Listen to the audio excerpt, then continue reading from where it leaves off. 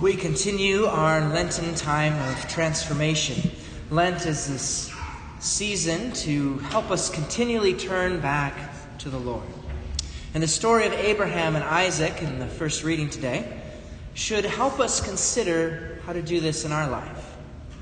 Is God really the center of my life? Do the choices that I make reflect that God is higher than everything else? Am I willing to let other things go, be moved aside, so that God is the most important person to me? Because that's the test that God puts to Abraham. Was Abraham willing to put God first, even before his son Isaac? And in the story we do see that, yes, Abraham shows that he would do this, that he would follow God and do whatever God asks. So what would we be willing to give up? What sinful habits would we be willing to work to root out? Of course, in the story, it wasn't God's desire that Abraham would actually kill Isaac. We see God stopping Abraham from actually doing that. Because we know, thou shalt not kill is God's fifth commandment. And through the course of Lent, as we've been doing a kind of extended examination of conscience, this is the commandment we're now to. You shall not kill. And this commandment teaches us that God is the master of all life. Human life in particular must be treated with great dignity. And so there's certain actions which are pretty obviously sins against this commandment. So, did I kill or try to physically harm someone? Did I attempt suicide or entertain thoughts of taking my life? Did I have an abortion or encourage someone else to have one?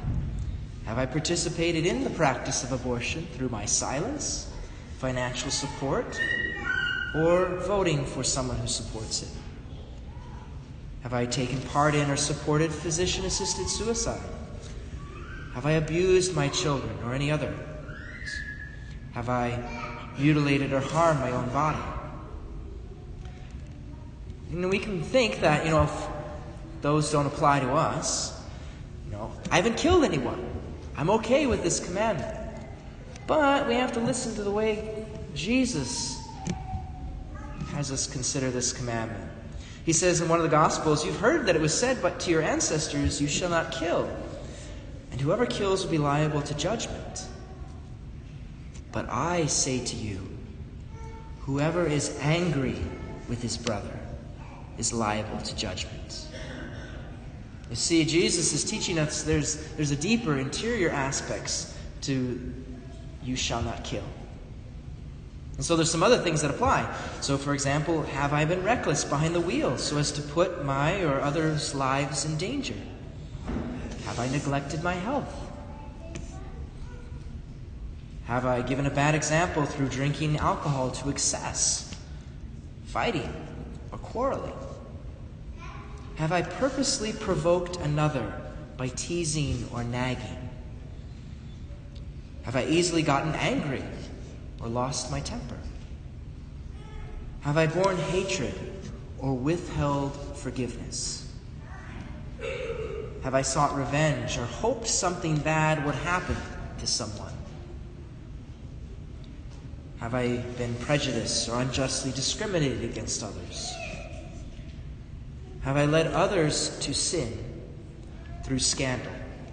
Scandal means if you lead someone else to think something that's actually sinful to not be sinful, and basically allow them to stay in that state. That's what leading someone into scandal means. These are all forms of killing the body and the soul, whether of ourselves or someone else.